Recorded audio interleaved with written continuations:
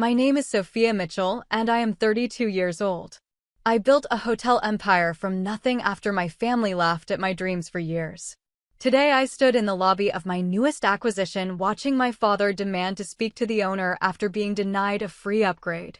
The shock on his face when I stepped forward was worth every sleepless night and rejection letter I ever endured.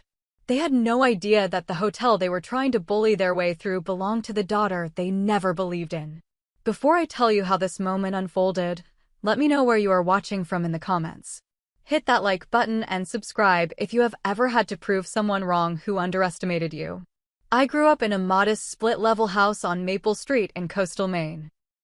Our town, Harborview, was small enough that everyone knew everyone, but large enough to attract summer tourists who wanted the authentic New England experience without the crowds of more famous destinations. My father, Robert Mitchell, worked as the general manager at the Harborview Inn, the only decent hotel in town. From the outside, it looked like he had a respectable career, but inside our home, the story was different. Dad came home most nights complaining about guests, staff, or the owner. He carried a perpetual chip on his shoulder about not being an owner himself. My mother, Diane, would listen patiently, offering sympathetic nods while preparing dinner or folding laundry. Mom had given up her own career as a teacher to raise us and support Dad's ambitions, something I didn't fully understand until I was much older. My older brother James was Dad's pride and joy.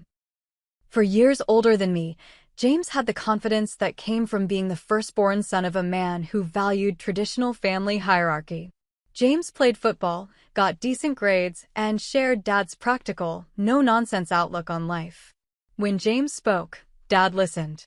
When James had ideas, Dad considered them seriously. My younger sister Ashley was 2 years behind me. Pretty and sociable, she learned early to navigate family dynamics by aligning herself with whoever held power. Usually, that meant agreeing with James and Dad, forming a 3-person alliance that often left Mom and me outnumbered in family decisions. And then there was me, the middle child, always a bit out of step with everyone else. From the age of 9, I was fascinated by hotels. It started during a rare family vacation to Boston. While my siblings complained about sharing a room, I was entranced by everything about the hotel we stayed in. I noticed how the front desk staff remembered guests' names, how the housekeeping carts were organized, how the breakfast buffet was arranged for maximum efficiency. I bombarded the concierge with questions until Dad pulled me away, embarrassed by my curiosity. When we returned home, I started creating my own hotel designs and notebooks, imagining spaces that would make guests feel both special and comfortable.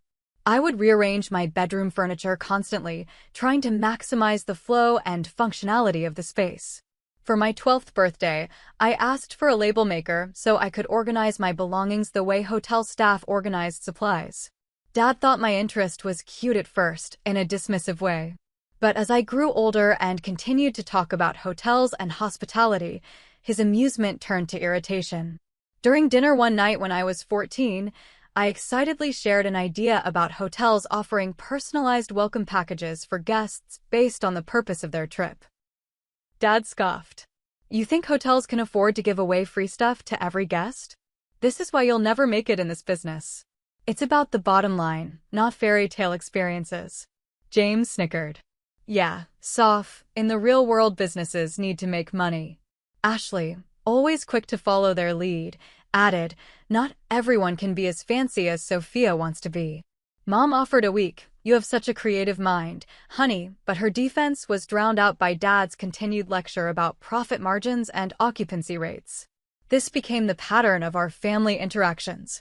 I would share an idea or dream, and Dad would shoot it down, usually with James as his backup.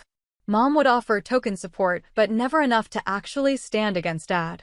Ashley would observe carefully and then pick the winning side.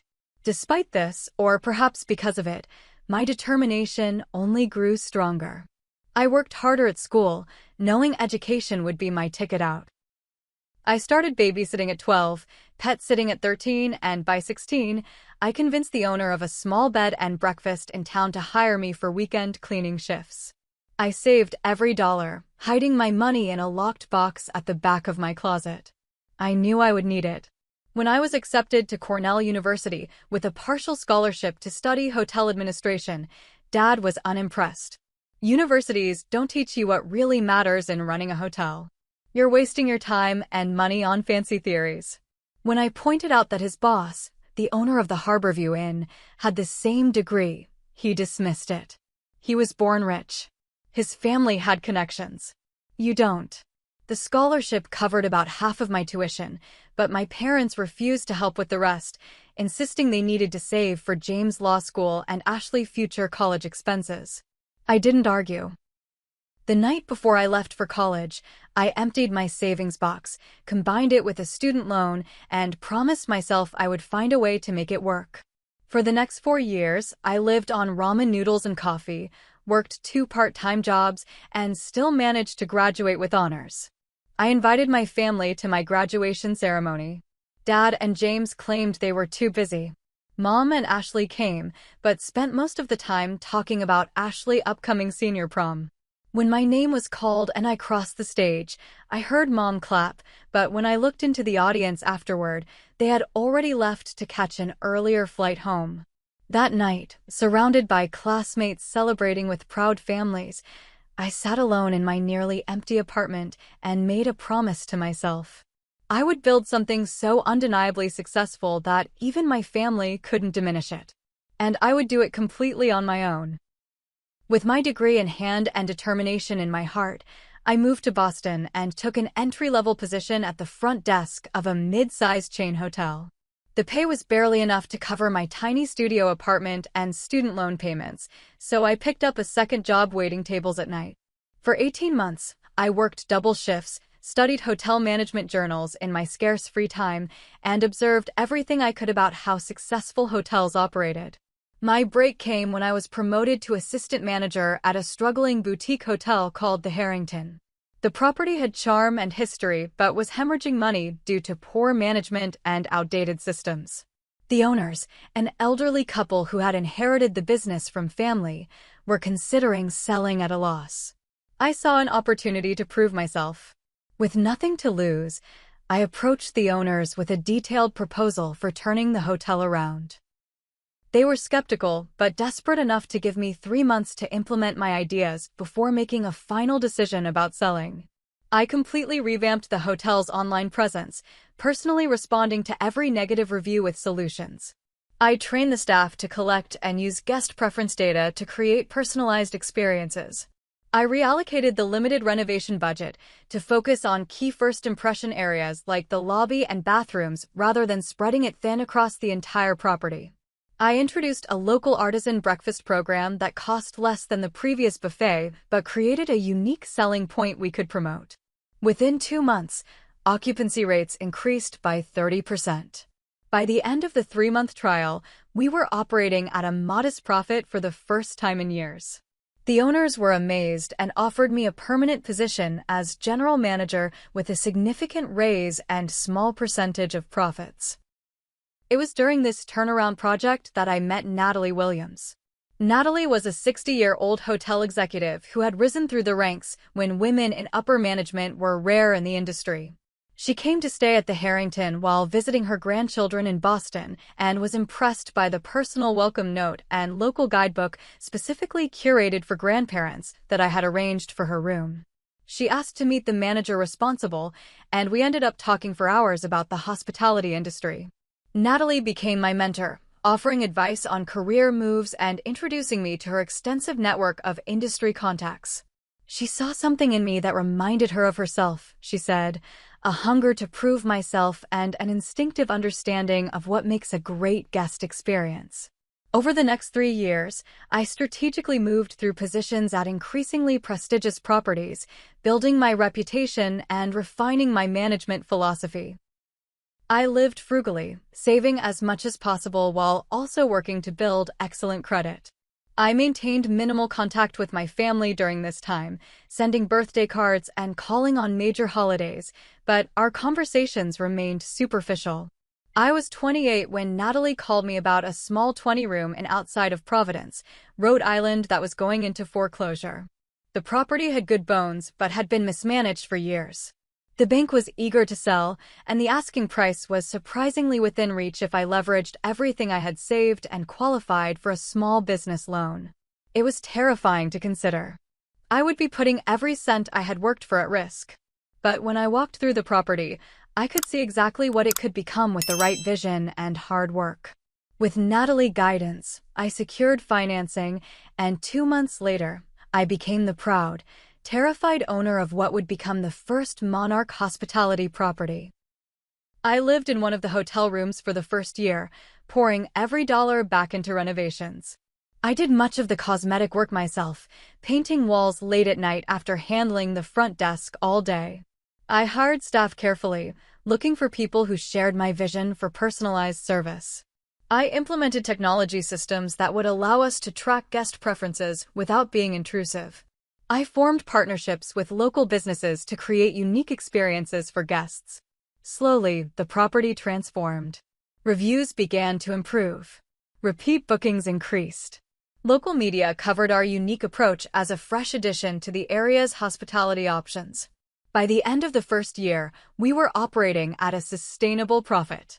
I named the hotel the Chrysalis Inn, symbolic of the transformation from caterpillar to butterfly.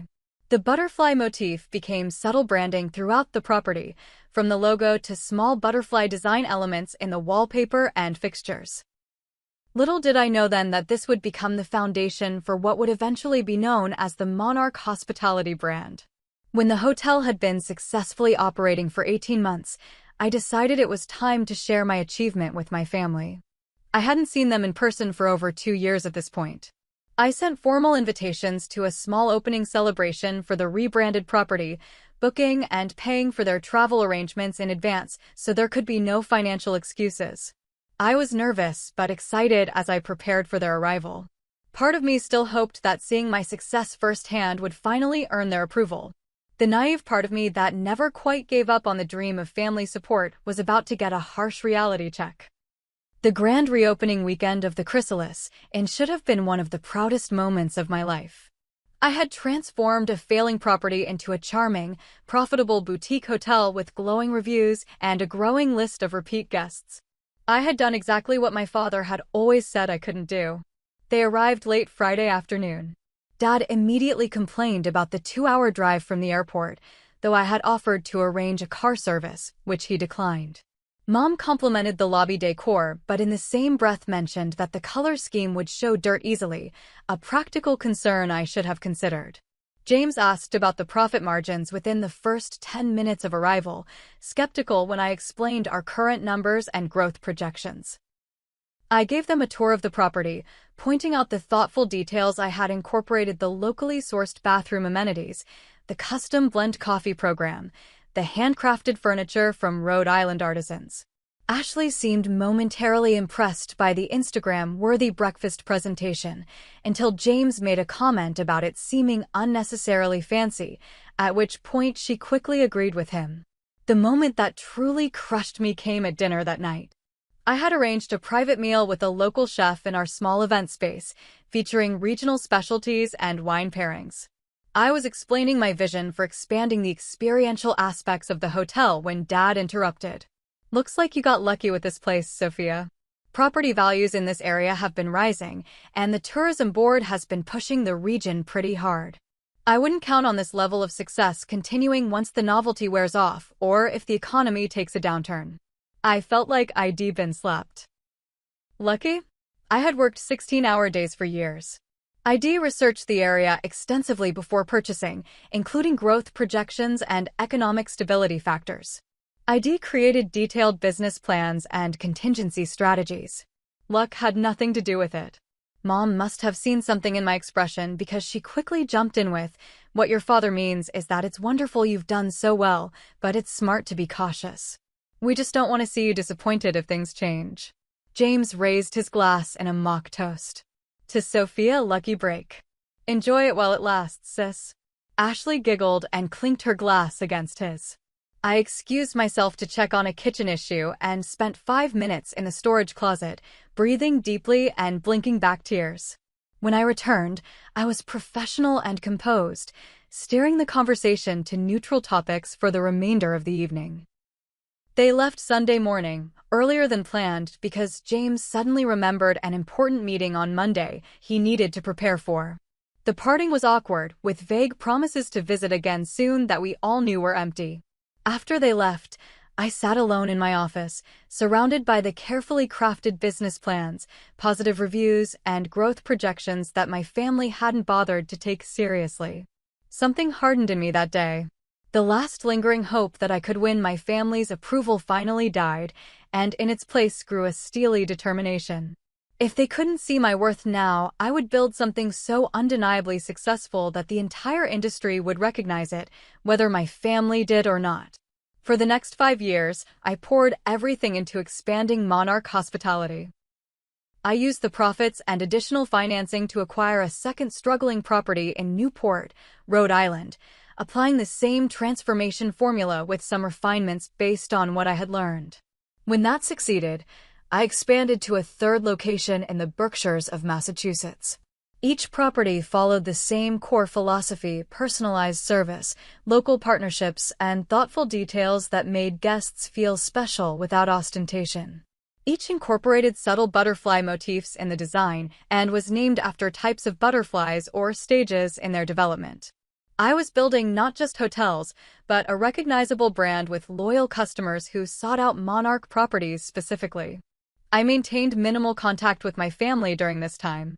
Christmas cards, occasional texts, and rare, brief phone calls on major holidays. They knew I was continuing in the hotel business, but showed little interest in the details. I stopped offering information about my expanding company, and they rarely asked. By the time I was 31, Monarch Hospitality had grown to 15 properties across New England and the upper mid-Atlantic states. We had won regional hospitality awards, been featured in travel magazines, and developed a loyal customer base who appreciated our attention to detail and personalized approach to service. It was then that an unexpected opportunity arose. Pembroke Hotels, a historic chain with 20 properties primarily in the Northeast, was struggling financially after a series of poor management decisions. The once prestigious brand had fallen into disrepair and disrepute. Their properties were in prime locations but needed significant renovation and a complete service culture overhaul. After months of negotiations and securing additional investment partners, including Natalie, who had become not just a mentor but a friend and supporter, I acquired Pembroke Hotels in a deal that made regional business news. Overnight, Monarch Hospitality more than doubled in size and expanded into several major metropolitan markets. The business challenge was immense, integrating two different company cultures, beginning the long process of renovating the Pembroke properties to Monarch standards and retraining staff in our service philosophy. I barely slept for months, traveling constantly between properties, leading training sessions, overseeing renovations, and reassuring nervous employees about the transition. Among the acquired Pembroke properties was the Harborview Inn in my hometown, the very hotel where my father had worked for decades. He had left the position 3 years earlier, taking early retirement when new ownership, pre my acquisition, had begun making changes he disagreed with. I had known the hotel was part of the Pembroke portfolio, of course, but it wasn't the reason for the acquisition. Still, there was an undeniable symmetry to now owning the property where I had first become fascinated with the hospitality industry. I had been so consumed with the acquisition and integration that I hadn't given much thought to the Harborview property specifically. It was one of the smaller hotels in the portfolio and not in a major market, so it wasn't a top priority for immediate renovation. I had assigned a regional manager to oversee it along with 3 other New England properties and trusted them to maintain our standards until we could implement a full Monarch transformation. It was pure coincidence when, scrolling through social media late one night between property visits, I saw a post from my sister Ashley. Looking forward to the big family reunion next month at the Harborview Inn. The whole Mitchell clan together again for Mom's 60th. I stared at the screen, momentarily confused. My mother's birthday was indeed next month, but no one had mentioned a family reunion to me, much less one at what was now my hotel. There were dozens of comments from extended family members confirming their attendance, discussing travel plans, and reminiscing about past family gatherings. My name wasn't mentioned once. I had been explicitly excluded from my own mother's birthday celebration, which was being held in a hotel that I now owned. The irony was almost too perfect. I put down my phone and walked to the window of my hotel suite in Chicago, looking out at the city lights. I should have felt hurt, and part of me did. But mostly, I felt a strange sense of clarity. This was an opportunity, though I wasn't yet sure for what. I picked up my phone again and called my assistant. We needed to make some changes to my schedule for next month. I would be personally overseeing some renovations at our Harborview property. The coastal air felt different somehow as I drove my rental car into Harborview for the first time in nearly a decade. The town had changed subtly. Tourism had clearly increased, with new shops and restaurants along the main street, but the essential character remained. I could still navigate the streets from muscle memory, turning automatically toward the harbor where the Harborview Inn stood overlooking the water. The hotel itself had undergone some of the initial Monarch upgrades over the past few months. The exterior had been repainted in our signature navy and cream color scheme, and subtle butterfly motifs had been incorporated into the signage. Inside, the lobby had been completely renovated with the warm, welcoming aesthetic that characterized all Monarch properties, with natural materials, comfortable seating areas, and local artwork. I had arrived 3 days before the scheduled family reunion, giving myself time to prepare mentally and ensure the property was running smoothly. The staff had been told that the owner of Monarch would be visiting for a property inspection, but I had instructed the regional manager not to make a big announcement about my personal connection to the town. I wanted to observe operations as naturally as possible. I checked in under the name Sophie Mills, a slight variation of my name that would allow me to move through the hotel without immediate recognition. The front desk staff was professional and welcoming, following the Monarch service standards well. My room was on the 3rd floor, a standard king with a partial ocean view. I hadn't booked the best room intentionally. I wanted to experience the hotel as a typical guest would. For the first 2 days, I immersed myself in the hotel operations, sitting in on staff meetings, reviewing renovation plans for the next phase, and quietly observing guest interactions. I had dinner in the hotel restaurant both nights, taking notes on the service and food quality. The staff was performing well overall, though I noted a few opportunities for improved efficiency and guest experience enhancement. By the 3rd day, I was satisfied that the hotel was representing the Monarch brand adequately, though not yet at the level of our flagship properties. That afternoon, I sat in a corner of the lobby with my laptop, ostensibly working, but actually watching as the first members of my extended family began to arrive for the reunion. First came my mother's sister, Aunt Paula, and her husband, followed by cousins from my father's side with their children in tow. They checked in without incident, exclaiming over the hotel's recent renovations. No one gave me a second glance, which wasn't surprising. I had changed significantly over the years, wearing my hair differently and dressing in the polished business attire that had become my uniform rather than the casual clothes they would remember. As evening approached, more family arrived, including my parents, James, his wife Melissa, and Ashley with her boyfriend. I watched from behind my laptop screen as they entered the lobby, my father immediately assessing the space with a critical eye. I could read his body language even from a distance, the slight frown, the way he scanned the room looking for flaws. Some things never changed. After they checked in and disappeared to their rooms, I retreated to my own suite to prepare for the inevitable encounter. I changed into a simple but elegant black dress, applied minimal makeup, and steeled myself for what was to come. I had no concrete plan, preferring to let the situation unfold organically, but I was determined to maintain my composure regardless of what happened. I returned to the lobby around 7, when I knew most of the family would be gathering before dinner. I positioned myself at the small hotel bar, nursing a sparkling water and watching as my extended family reunited with hugs and laughter. No one approached me or seemed to recognize me, which was both a relief and strangely painful. The group grew louder as more people arrived and drinks were served. I observed my mother accepting birthday wishes and gifts, looking older than I remembered, but smiling genuinely. My father held court with his brothers, gesturing emphatically as he always did when sharing his opinions. James and Ashley moved between groups, playing the role of gracious hosts despite not actually hosting anything. It was when the group attempted to move from the lobby to the hotel's restaurant for their reservation that the situation shifted. The restaurant manager approached politely, explaining that while they could accommodate the party of 20, the private dining room they had requested was not available as it had not been reserved in advance. My father stepped forward, his voice carrying across the lobby. But we specifically asked for the private room when we made the reservation. We have family coming from all over for this special occasion. The manager checked his tablet. I'm sorry, sir, but there's no note about a private room in the reservation. We can seat you in the main dining room, but the private space is already booked for another event. This is unacceptable, my father said, his voice rising. Who runs this place now anyway? The service has gone downhill since I worked here. I want to speak to the manager. I am the manager, sir, came the patient reply. Then I want to speak to the owner, my father demanded. I used to be the general manager here for 20 years. I know the owner would want to accommodate a loyal former employee. This was the moment. I took a deep breath, set down my glass, and walked calmly toward the growing scene. I nodded to the restaurant manager, who looked confused, but stepped aside.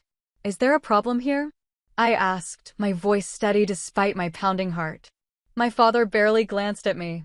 This doesn't concern you, miss. I'm trying to resolve an issue with the management. Dad, James said suddenly, his eyes widening as he looked at me more closely. I think that's... Sophia? My mother gasped, finally turning her full attention to me. The lobby seemed to fall silent as all eyes turned in my direction. I smiled, the professional smile I had perfected over years of handling difficult situations in my hotels. Hello, everyone. It's been a while. My father stared, his expression shifting from confusion to shock. Sophia? What are you doing here? Well, as you were just saying, Dad, you wanted to speak to the owner. I swept my arm in a small gesture. So here I am. The owner? James repeated, looking between me and our father. What are you talking about? Monarch Hospitality acquired the Pembroke Hotel chain last year, I explained calmly. That includes the Harborview Inn. I'm sorry about the confusion with the private dining room. I didn't realize this reservation was for my family, or I would have made sure everything was arranged properly. My mother's hand flew to her mouth. You own this hotel? But how? Not just this hotel, Mom. The entire chain. The silence that followed was profound, broken only when a distant cousin whispered loudly, I thought she just managed a small inn somewhere. I turned to the restaurant manager. Jonathan, please prepare the butterfly room for my family. Move the tech conference breakfast setup to the Harborview room. Instead, they're a smaller group, and I think they'll appreciate the better view. Right away, Ms. Mitchell, he replied, professionally hiding any surprise he might have felt at the revelation. I turned back to my stunned family. The room will be ready in about 20 minutes. In the meantime, perhaps you'd all like to join me in the bar for a complimentary round of drinks? As the extended family moved somewhat awkwardly toward the bar, muttering in confusion and surprise, I gestured to my immediate family. Perhaps the 5 of us could have a quick word in the library first? Without waiting for a response, I led the way to the small, elegant library room off the main lobby. As I had hoped, my parents, James and Ashley followed, their shock apparently overriding any potential refusal. As the door closed behind us, the facade I had carefully maintained began to feel heavy. I was standing in a room with the people who should have been closest to me but who felt like strangers. People who had planned a family gathering and explicitly excluded me, not knowing they were doing so in my own hotel. The irony was almost too perfect. What followed would either be a long overdue confrontation or the beginning of a new understanding. Either way, there was no turning back now. The library door clicked shut behind Ashley, the last to enter. The room, with its built-in bookshelves, leather armchairs, and subtle nautical touches, was designed to be a comfortable retreat for hotel guests. Now it felt like a stage set for a play we'd all been rehearsing for years without ever performing. I gestured to the seating area. Please sit down. My father remained standing, arms crossed. How long have you owned this place? The Harborview specifically? About 8 months. But Monarch Hospitality now owns 35 properties across the Northeast and Mid-Atlantic. 35 hotels? James couldn't keep the shock from his voice as he sank into an armchair. My mother perched on the edge of a leather sofa, her birthday corsage slightly askew. Why didn't you tell us? I tilted my head slightly. Why didn't you invite me to Mom's birthday celebration? The question hung in the air. My mother looked away. Ashley suddenly became very interested in her manicure, and James cleared his throat uncomfortably. My father, predictably, went on the offensive. Don't turn this around, Sophia. You've barely kept in touch for years. We didn't even know if you'd want to come. So you decided for me by not extending an invitation at all? We didn't think you'd be able to get away from work, Ashley offered weakly. You always say you're so busy when we talk. When we talk. I raised an eyebrow. The 10-minute phone calls twice a year where none of you ask any questions about my life or business. My mother finally met my eyes. We're very proud of what you've accomplished, Sophia. I had no idea it was on this scale, but we've always supported your career. I couldn't help the short laugh that escaped me. Always supported me? Mom, do you remember when I got accepted to Cornell? Dad said I was wasting my time and money. You refused to help with tuition while paying for James' law school and promising the same for Ashley. That was different, my father interjected. James was studying something practical. Hotel management is something you learn on the job, not in some ivory tower. Obviously, I was right about that part you got where you were through practical experience, just like I said. I stared at him, momentarily speechless at his ability to rewrite history to fit his narrative. Did you miss the part where I graduated with honors from one of the top hospitality programs in the country? That education was the foundation for everything I've built. Let's not argue about ancient history, James said smoothly, his lawyer instincts kicking in. The important thing is that we're all together now, and clearly we've got a lot to celebrate. Sophia's success, Mom's birthday, it's a family reunion in the truest sense. I recognize the tactic diversion, moving to positive ground, avoiding accountability.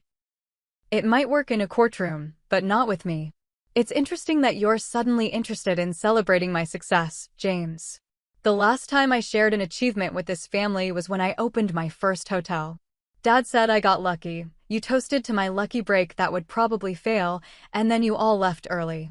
James had the grace to look slightly embarrassed. I was just giving you a hard time. That's what brothers do. No, James. Brothers support their sisters. Brothers defend their sisters when their fathers tear down their dreams. Brothers show up for graduations and business openings.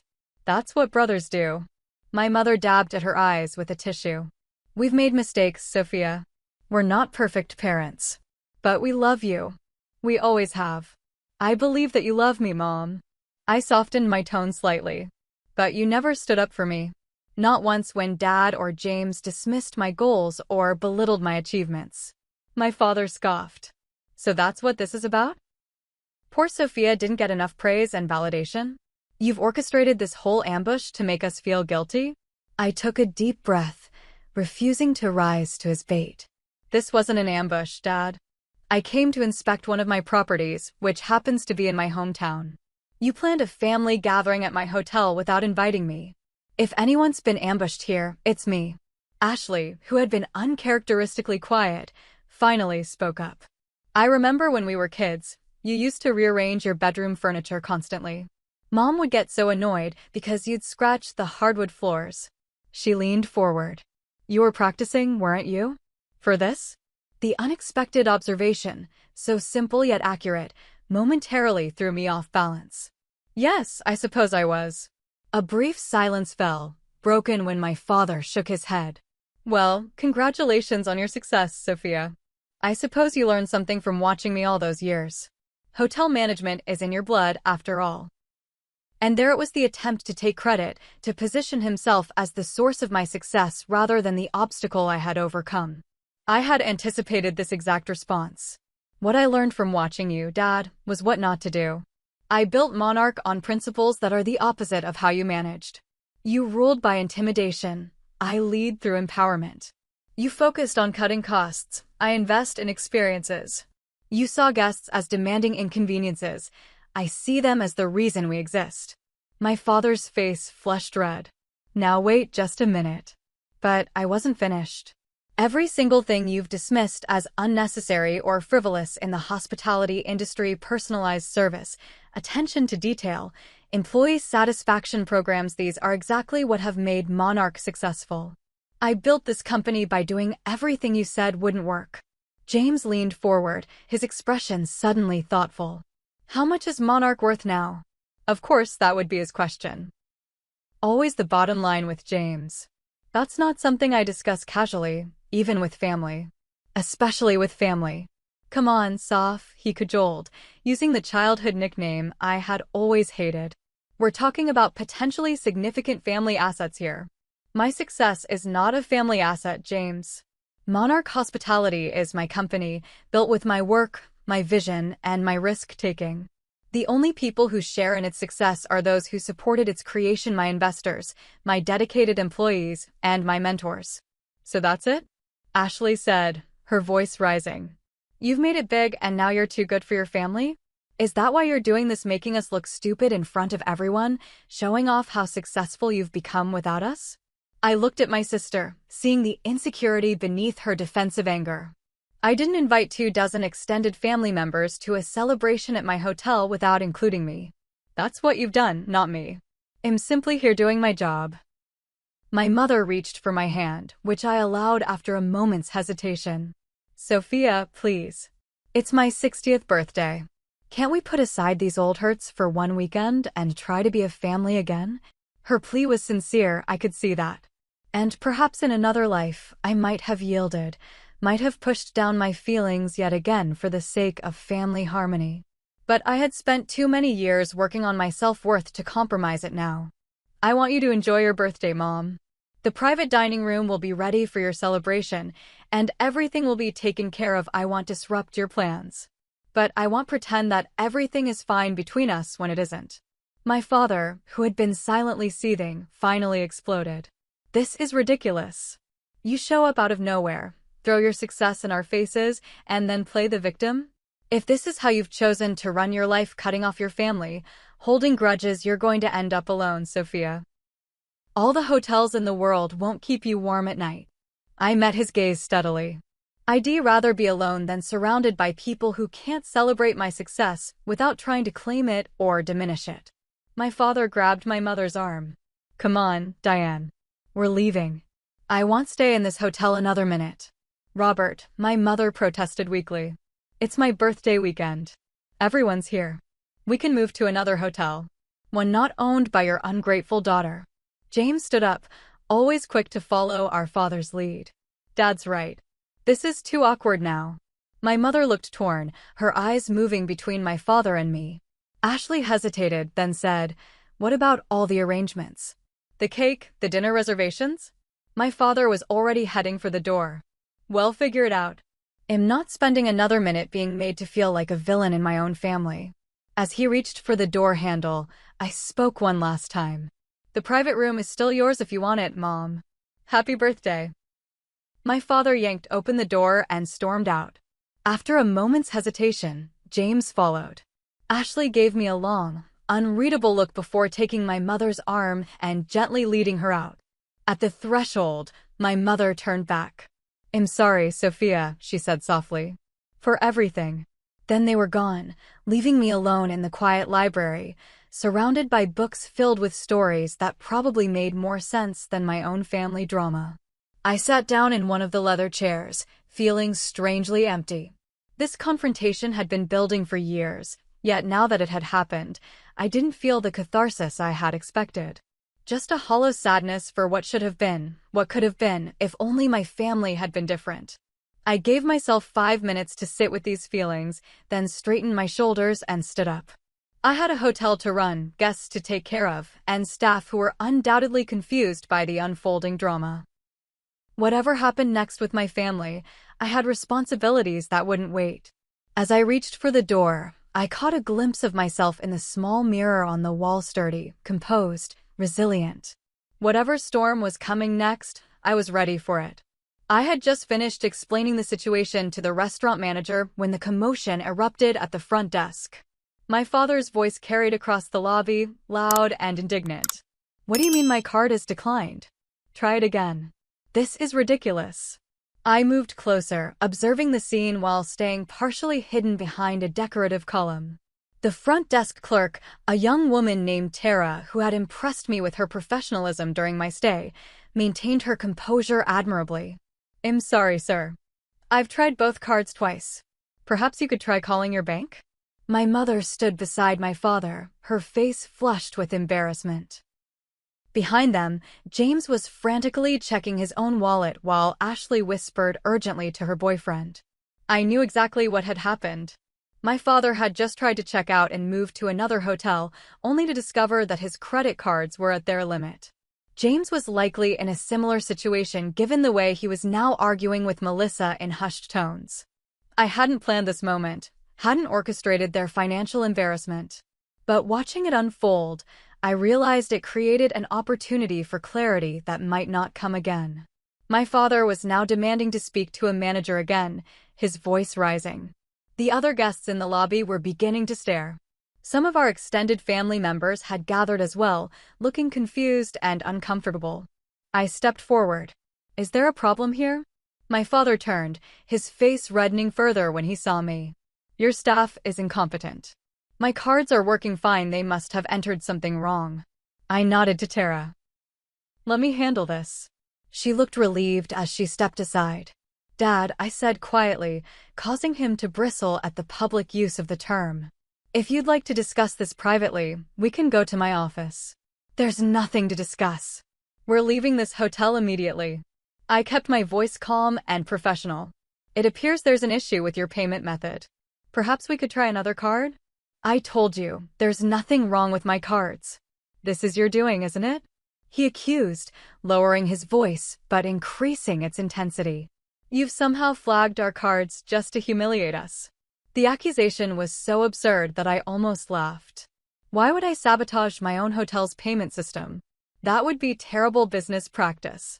Behind him, I could see James and Melissa still arguing. From what I could overhear, their cards were maxed out from recent home renovations.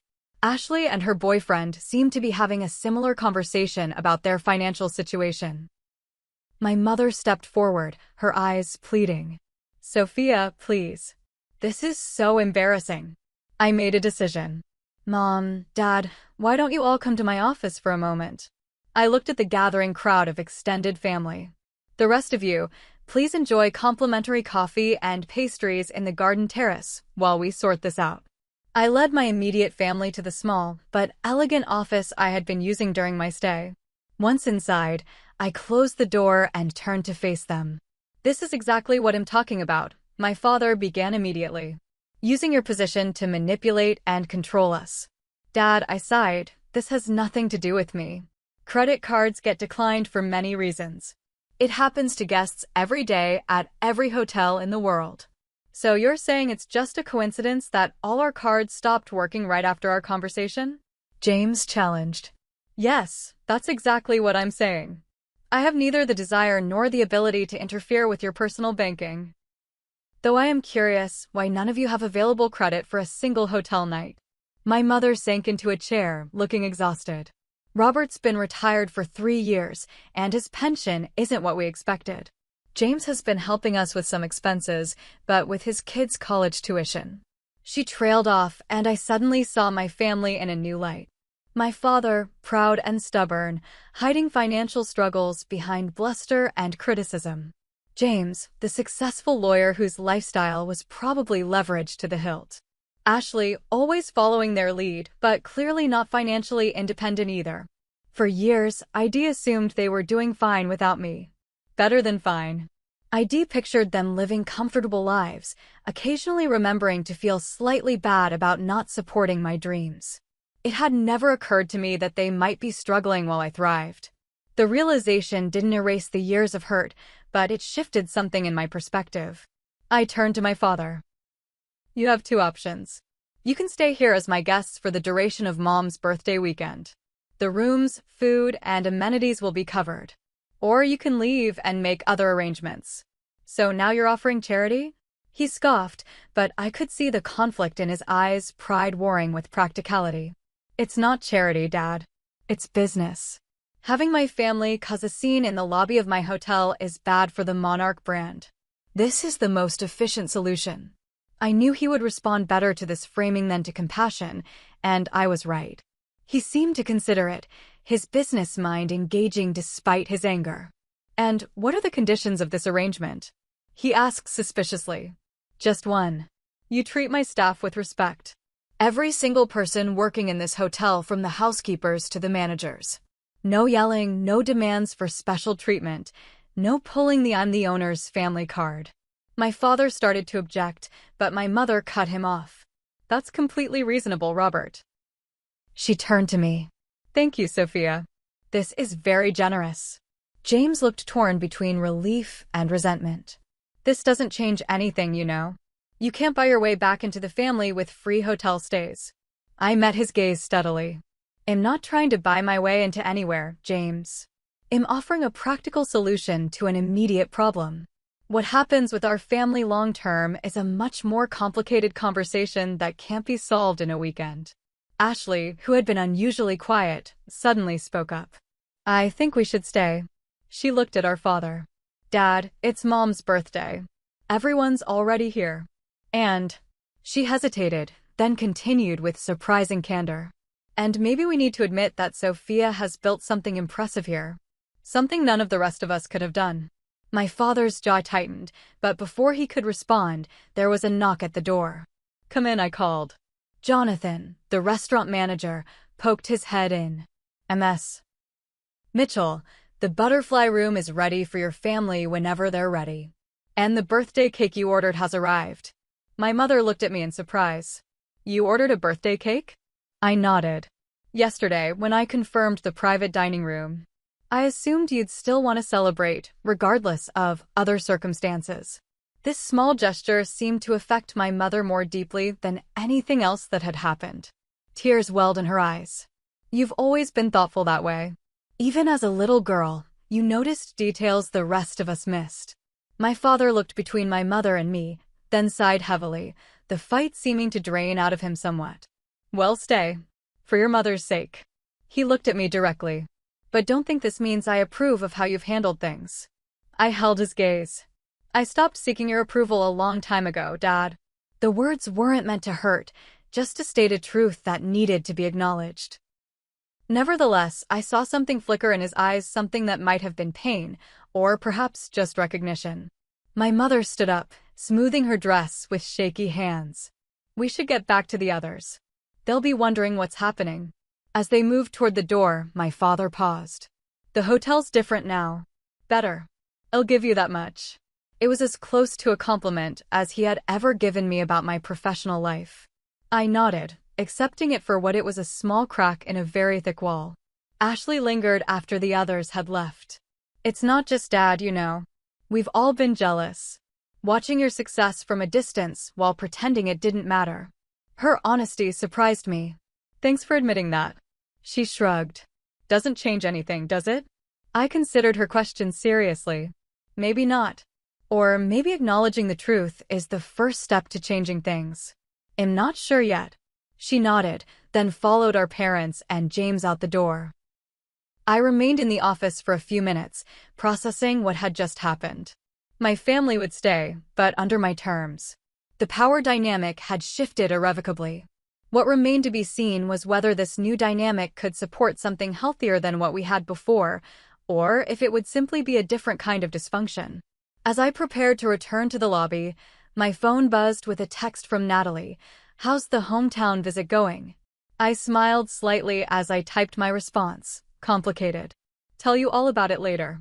Then I squared my shoulders and headed out to ensure that, whatever else happened this weekend, my mother would have a birthday celebration worth remembering. The rest of the weekend passed in a strange limbo between tension and tentative connection. My father maintained a stiff politeness that was worlds away from genuine reconciliation, but equally distant from his earlier fury. James oscillated between professional interest in my business success and defensive justifications of his own career choices. Ashley seemed the most genuinely reflective, watching me with curious eyes as I moved through the hotel, interacting with staff and handling small issues that arose. My mother tried desperately to bridge the gaps, alternating between tearful apologies for the past and overly bright enthusiasm about the future. I accepted her efforts with gentle restraint, unwilling to pretend everything was suddenly healed, but equally unwilling to reject her attempts outright. The birthday dinner itself went surprisingly well. The private room looked beautiful, the food was excellent, and the cake, a local specialty with wild Maine blueberries, was a hit. I made a brief appearance, toasted my mother sincerely, and then excused myself to allow the family celebration to continue without the complication of my presence. By Sunday afternoon, most of the extended family had departed, expressing confused but genuine pleasure at seeing me again and extracting promises to stay in better touch. I made no commitments I couldn't keep, but was warmer than I might have been before the weekend began. My parents, James and his family, and Ashley and her boyfriend were scheduled to leave Monday morning. I arranged a private breakfast for them in a small meeting room, intending to say my goodbyes and then return to my regularly scheduled property visits across the Northeast. I wasn't sure what to expect from this final interaction. Part of me anticipated a return to hostility once the public constraints of the weekend were removed. Another part hoped for genuine connection, though I tried to keep that hope realistic.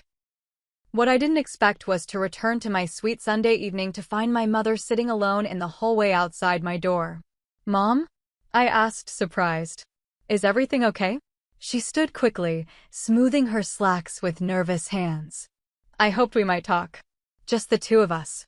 I hesitated only briefly before unlocking my door and gesturing her inside.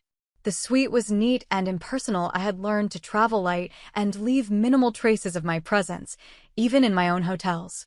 "Would you like some tea?" I offered, moving to the small kitchenette. The suites at the Harborview included this amenity specifically for extended stay guests. "That would be nice, thank you." While I prepared 2 cups of tea, an herbal blend sourced from a local Maine farm as part of our commitment to regional partnerships, my mother sat perched on the edge of the sofa, looking around with interest. "Is this what all your hotels look like?" she asked. "Each property has its own character," I explained, bringing the tea to the sitting area. "But they all share certain elements: the focus on natural materials, local art, comfortable but elegant furnishings." She accepted the cup with a murmured thanks, then took a deep breath as if gathering courage. "I've made so many mistakes, Sophia." I sat across from her, neither confirming nor denying her statement. I'd learned in business that sometimes the most powerful response was simply to create space for the other person to continue. "I've spent the weekend watching you," she continued. "The way you run this place, the way people respond to you. You're so confident and capable." She looked down at her tea. "I'm proud of you. I should have said that years ago. I'm sorry I didn't." "Thank you," I said simply. She looked up, tears brimming. "That's it? Thank you?" I set my cup down carefully. "What would you like me to say, Mom? That it's okay? That the years of letting Dad and James tear down my dreams didn't hurt? That being excluded from your birthday celebration in my own hotel didn't sting?" She winced. "No, I don't expect you to say those things. I hope you know I always loved you, even when I failed to show it." "I believe that," I said softly. "I do. But love without action, without support, without standing up for someone can feel very hollow." My mother nodded, a tear slipping down her cheek. "I was afraid of your father. Not physically," she added quickly, seeing my expression. "But his disapproval, his anger. It was easier to go along, to keep the peace." "Easier for who?" I asked, though without rancor. "Not for me." "No," she acknowledged. "Not for you. For me. It was selfish." Her admission surprised me. I'd expected defenses, justifications, perhaps even attempts to make me feel guilty for bringing up old hurts. This simple acknowledgement of her failure was unexpected and disarming. "Why no?" I asked. "Why this conversation tonight?" She set her tea down and clasped her hands together. "Because tomorrow we'll leave, and I don't know when I'll see you again. Because I've spent 60 years taking the easy path, and I don't want to waste whatever time I have left. Because you're my daughter, and I miss you. I miss the idea of having a mother, I admitted. But the reality is that we've been strangers for a long time. Can that change? She asked, her voice small but hopeful. I considered her question carefully, wanting to be honest, but not cruel. I don't know. Maybe. But not overnight, and not without real effort from both of us. What would that look like? For you? It was a good question, one that showed she was thinking beyond platitudes. I wasn't immediately sure of the answer, so I took my time, considering what a healthy relationship with my mother might actually involve. Regular communication, I said finally. Not just holiday calls or birthday texts. Real conversations about our lives. And honesty even when it's uncomfortable. No more pretending everything is fine when it isn't. I can do that, she said quickly, perhaps too quickly. And boundaries, I continued. I need you to respect that my business is mine. Not a family asset, not something Dad or James have any claim to or say in. She nodded. And your father? That's more complicated, I admitted. I don't know if he and I will ever have a good relationship. Too much has happened, and he's too invested in his version of reality. He's proud, she said. But he's also hurting. Retirement hasn't been easy for him. His identity was so wrapped up in his job, in being the provider. Seeing you succeed where he never did, it's difficult for him. I understand that, I said. But understanding doesn't obligate me to accept his treatment. His insecurity doesn't justify how he's treated me.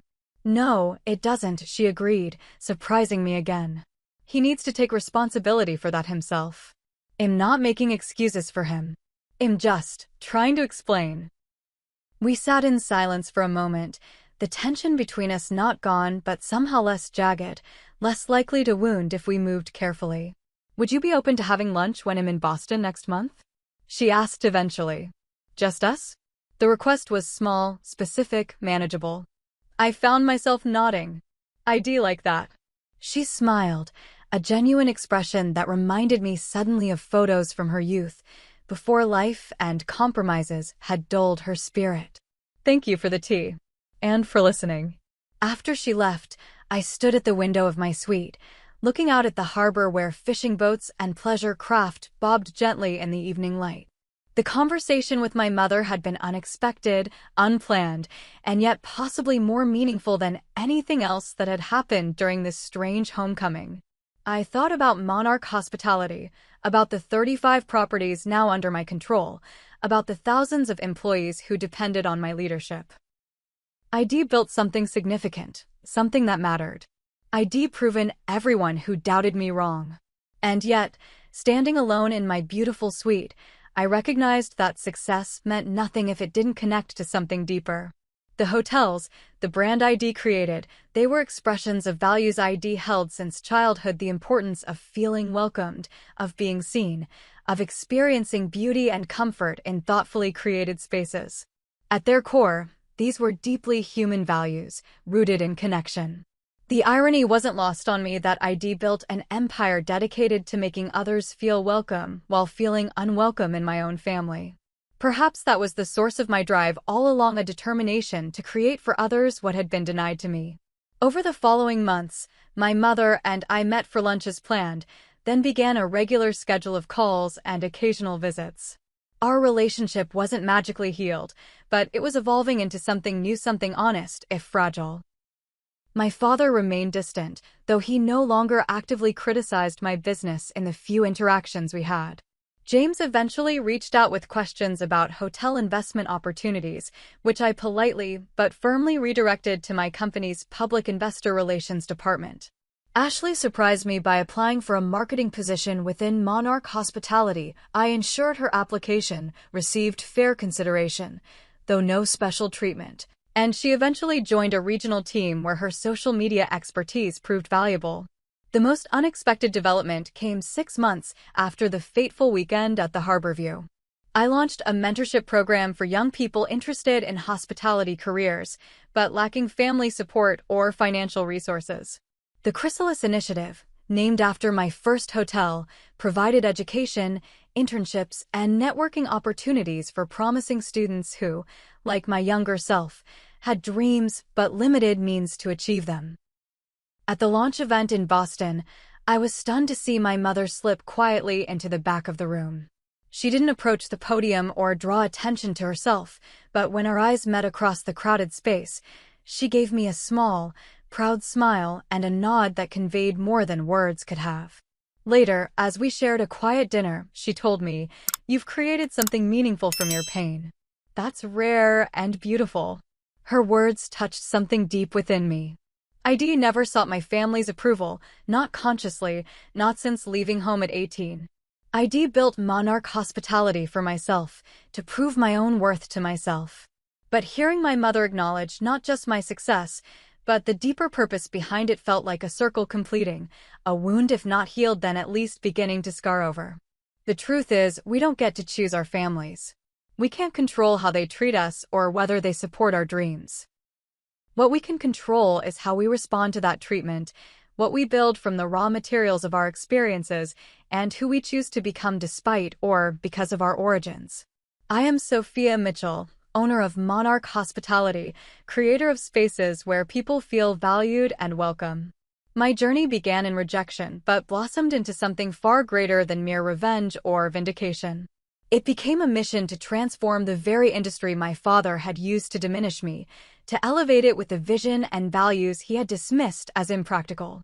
Sometimes, the people who should believe in us the most are the ones who believe in us the least. Sometimes, the family we create through meaningful work and authentic connections proves more nurturing than the one we were born into. And sometimes, the most powerful response to being shut out is not to force your way back in, but to build something so magnificent that the world can't help but notice and perhaps, eventually, neither can those who once closed their doors to you. Have you ever had to prove yourself to someone who doubted you? How did that experience shape who you became? Share your story in the comments below. And if this journey resonated with you, please like, subscribe, and share with someone who might need to hear that rejection can be the beginning of something beautiful. Thank you for joining me today, and remember your worth isn't determined by those who fail to see it.